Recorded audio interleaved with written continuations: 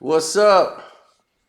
It's your boy Carcino here, and let's get into it, man. Let's get into this because I want people to understand some things that they don't understand. A lot of people believe that, okay, Cino's just making some stuff up to try to get hits and views. It's dumb. But we have people out here who believe in such things because they are following a narrative or an agenda where they have to be against everything I say because that's the agenda. But they claim they hate it, but they're here every video to leave a comment. So anyway, leave a like button, impression, and subscribe to the page. And now, this is the first video that's done that the super thanks has been approved now on our channel. So you'll be able to thank us by leaving a super chat even when the video has premiered. That is the new thing right now. I will be addressing Whack 100's statements he made on the Patreon.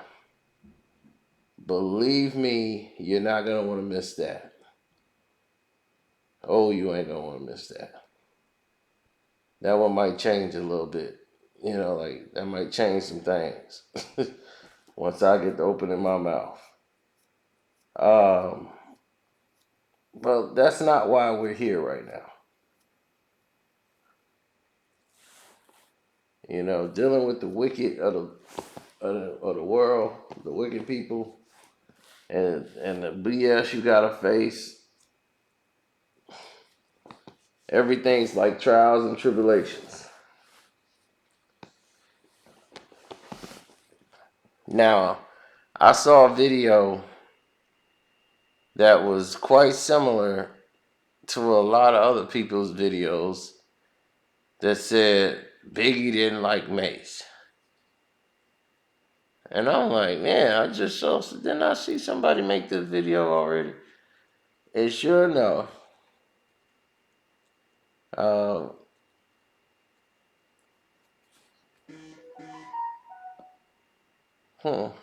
okay.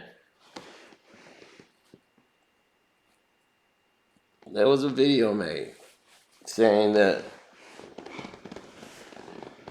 Big didn't like Mase and didn't hang with Mase because he didn't like him and all this stuff, and everybody kind of like took it and ran with it. Now, I'm speaking from my own personal perspective on the situation.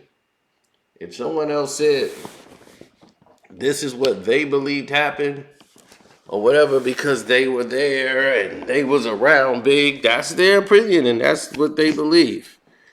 But I also have spoken to someone who was actually there.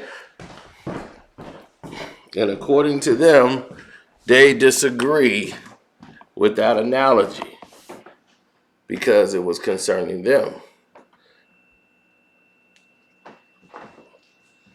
Mace told me personally that that was 100% cappuccino. He didn't say those exact words, but it was false. Now, why was this narrative being brought up?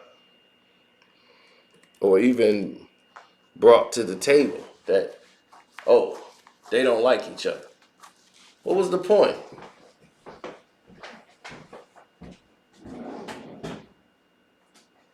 Now, let's go off what I know. What I know is Big and Mase. When you want to try to say Big didn't like Mase and like it's a competition MC thing, I never saw it. I never heard anybody say anything other than Big always thought he was the best rapper in the world. Having another rapper around wasn't gonna ruin that or change his mind about it. he was battling Method Mans and Redmans and other artists like that. Nas, that was his competition. He wasn't competing some up and coming rapper who hadn't put out a song yet. But I'm not saying Biggie was Mase's best friend. That just wasn't true. I'm not saying Mase is part of his crew and they roll together 24/7. I'm not saying that. What I'm saying is this. For the last 3-4 months of Biggie's life, Mase was with him damn near all the time. When they was recording the album, they did 3 albums back to back to back. They were working on Life After Death, Mase, Harlem World, and A Hell Up in Harlem, which was Puffy's No Way Out album. That it was called A Hell Up in Harlem at the time. So all 3 albums were being worked on and recorded at the same time. So they were constantly around each other. Mase and Big basically wrote Puff's entire album. So they spent time writing and working together to write his album. So to me, it's just weird. More Money, More Problems is Mase's song. For those who don't know, that's Mase's song. That was going to be on Mase's album. But they needed a joint for Biggie. See, y'all don't understand what really went on. And I'm finna tell y'all what happened. Life After Death was a 13 single album. That's right, it wasn't a double CD. It was never intended to be a double CD. They were working on Life After Death. And when Tupac passed and all these things, and they decided that they were going to release another surprise Tupac album right in the same year, just a few months after he just died. His album is scheduled to come out and go up against Biggie's album in that November. Biggie and Puffy rather moved the album off the list completely. First, they moved it back a week. Like, we're going to push it back a couple weeks. So they pushed Tupac album back a couple weeks. They were going to put Tupac album to go up against Biggie's album to crush the record sales. That's what Suge's intentions were. Whatever they did with the release date, you move it back. So they took it all the way off the board. Puff was like, nah, take it down. So they took the whole album down, and Biggie album wasn't coming out in 96 like it was supposed to come out in 96. Now, at that time, they had like 13 songs done for the album. Now, they decided, well, we got all this time. Let's just make it a double CD now. So now, double CDs is going to be the new trend. That's how you can get paid for 2 albums, and they count as 2 records, and you're basically selling 1 album. So this could work. Now,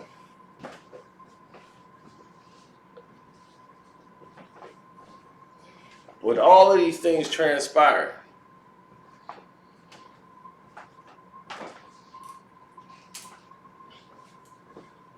you got a whole different mentality of folks doing things.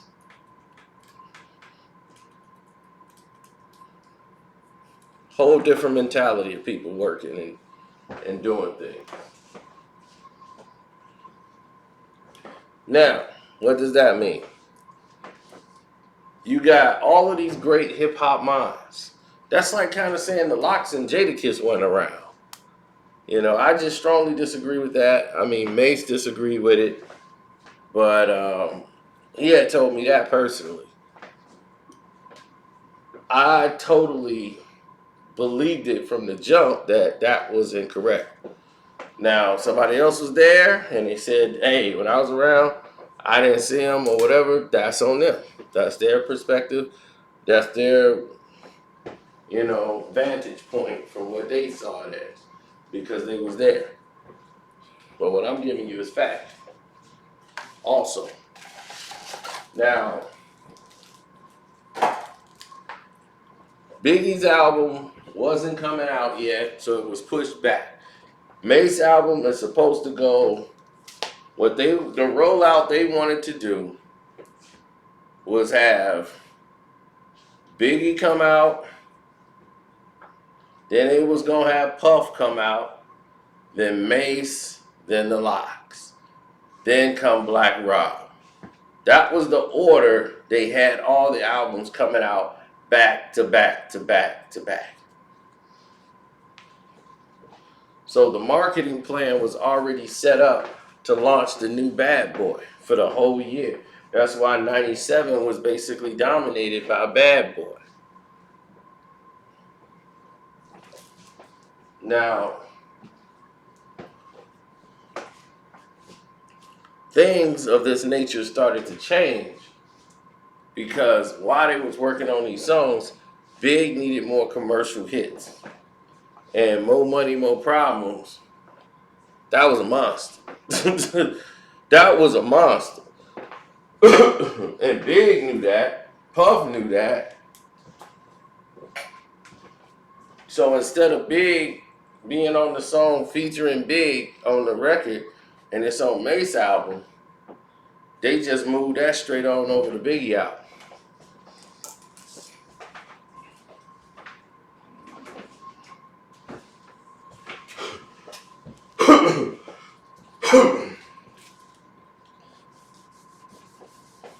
Now, Big and Mase, like he loved Mase album.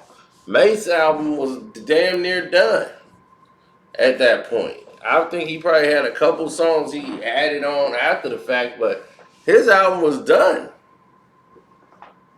Like before Life After Death even hit. Mase album was damn near completed.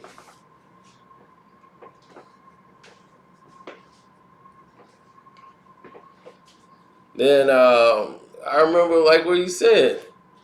We in the system knocking Mase shit. Face it, we hard to hit. He talking about knocking bumping Mase album.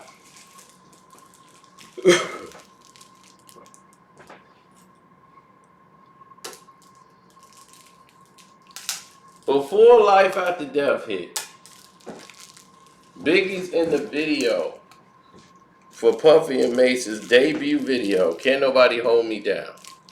Biggie's in the skit. He didn't have to do that. This is before Life After Death hit.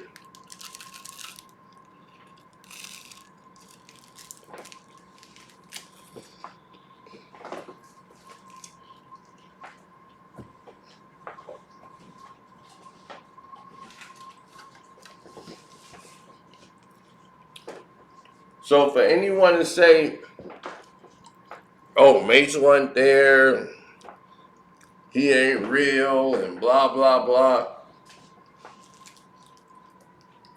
On the strength of that man's pen, an entire record label stayed afloat. Those are the facts, people. Big was around Mase all the time. They got along.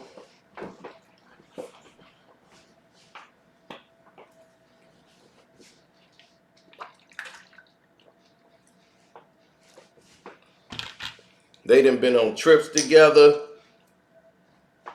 working together in the studio. Now, if he meant like they were the best of friends, no. I wouldn't say they were the best of friends.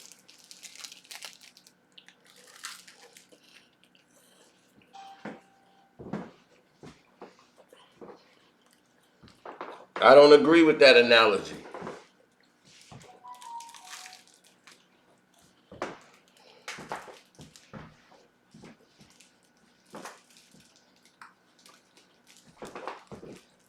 But to say they never hung out together or nothing like that, that's crazy. That's like weird to me that was said. And people are running around regurgitating that to me.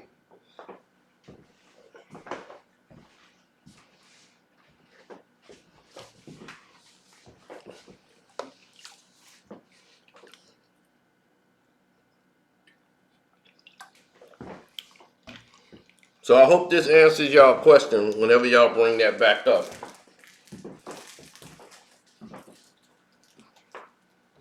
And y'all keep telling me they weren't even friends like that. Big didn't even like him really. That's a lie. I don't believe that at all. I think Big did like Mase.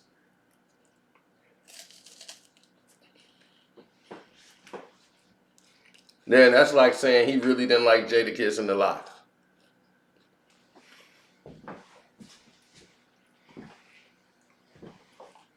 So I stop playing. Who y'all think y'all fooling with this?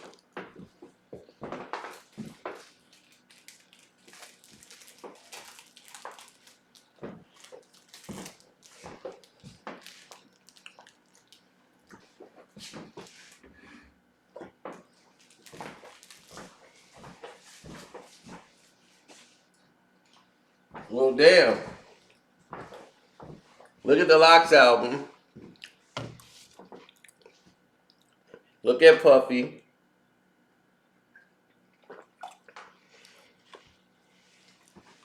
He had a lot of people helping him write his album, but he got 3 of some of the best hip hop artists in the world with Jada, who's young in the game, Big, and Mase.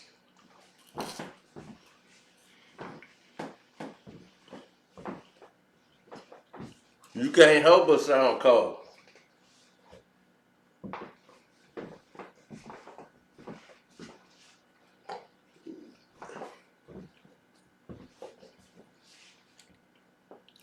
To me, Puff should have did everything in his power to keep Mase happy.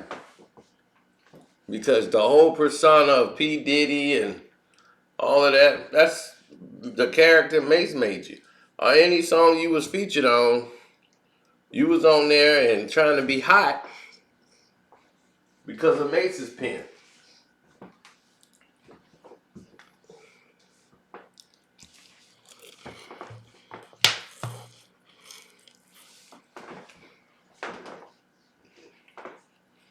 Mase did it so you wouldn't sound retarded. Because other artists who was bigger than Mase started writing for you after Mase left the group. Or left the family, rather. They couldn't quite get it done.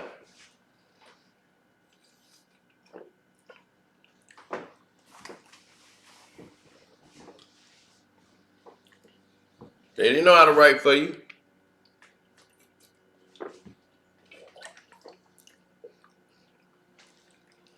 You was sounding real weird on a lot of them records.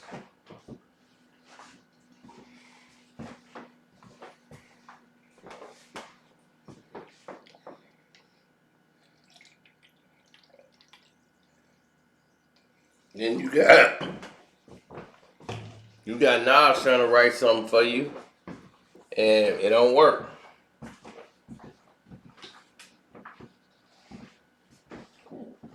Even though Nas' verse was hard.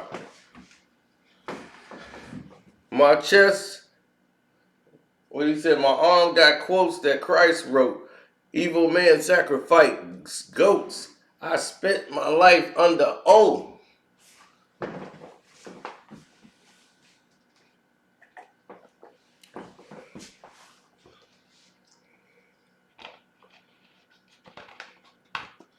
Your whole life is a mistake. Stop grabbing a pen, kill yourself, and come back as a man over again. Because in this lifetime, I'm reigning. A slave man, your skin grow old, you get, what do you say? You get old, you get gray skin.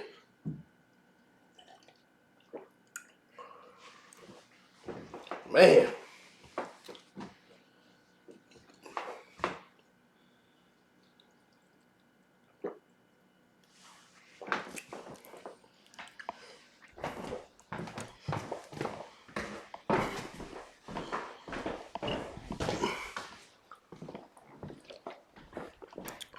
Yeah, well, looking at the comments with no problem and confidence.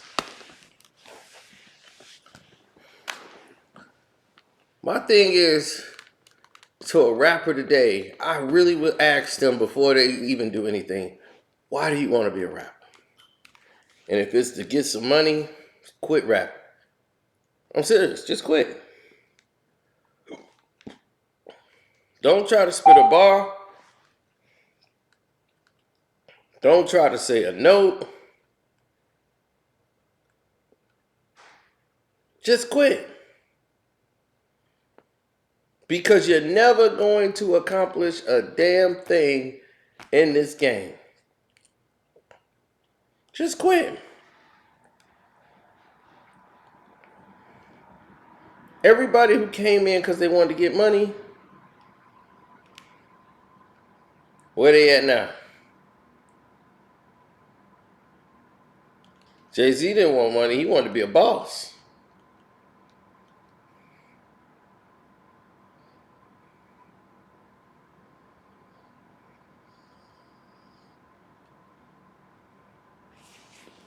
He wanted to be a star.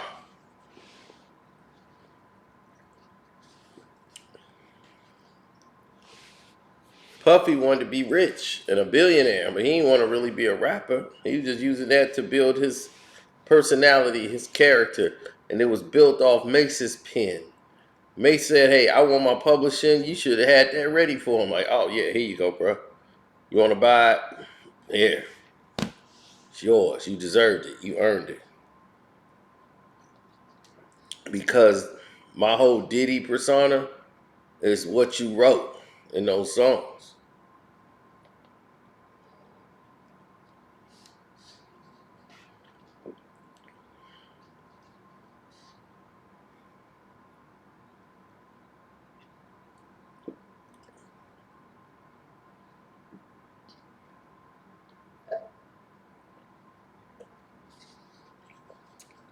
So I'm gonna get out of here. I just wanted to point that thing out to everybody in the world. Like I said, I will be addressing what Wax said only on the Patreon. You can now super chat even when the video is over with the super thanks button. So thank you for that. And hey, go out and do something nice today for somebody, or just be nice to your parents. Call them, tell them you love them, turn around, look at them, say, love you. Thanks for loving me, and just be grateful. Very grateful. Be appreciative of the things you have. Because when it's gone, it's going to be a void that can't be filled. So, appreciate your time.